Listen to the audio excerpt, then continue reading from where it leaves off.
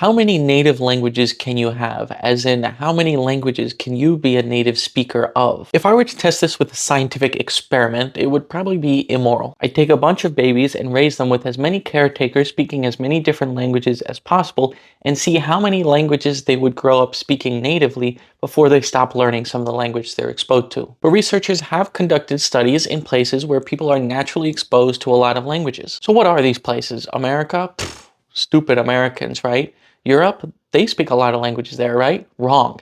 Africa. The average African is more multilingual than the average European or American or really anyone from almost anywhere else in the world. Across all of Africa is about a quarter to a third of all the world's languages. And the country that we're going to talk about in this video is Ghana. In the capital city of Accra, children are raised regularly in contact with people who speak 2 to 6 different languages on average. And importantly, just as many regular speakers of each language. So they have 3 people who speak language 1, they have 3 people who speak language 6. This means they're getting roughly equal amounts of exposure to each of those languages. And perhaps unsurprisingly, the more adults they have in their daily lives, the more languages they're exposed to. When they say it takes a village to raise a child, these people are doing it much more literally than metaphorically. They live in compound buildings with lots of different families, lots of different people to interact with, and all of them speak different languages. And unfortunately, the vast majority of linguistics research, especially on multilingualism, is conducted in Europe, North America, and down under. And even a lot of those studies are conducted on immigrant communities, which of course have many different languages, but there are also places where people are native speakers of many different languages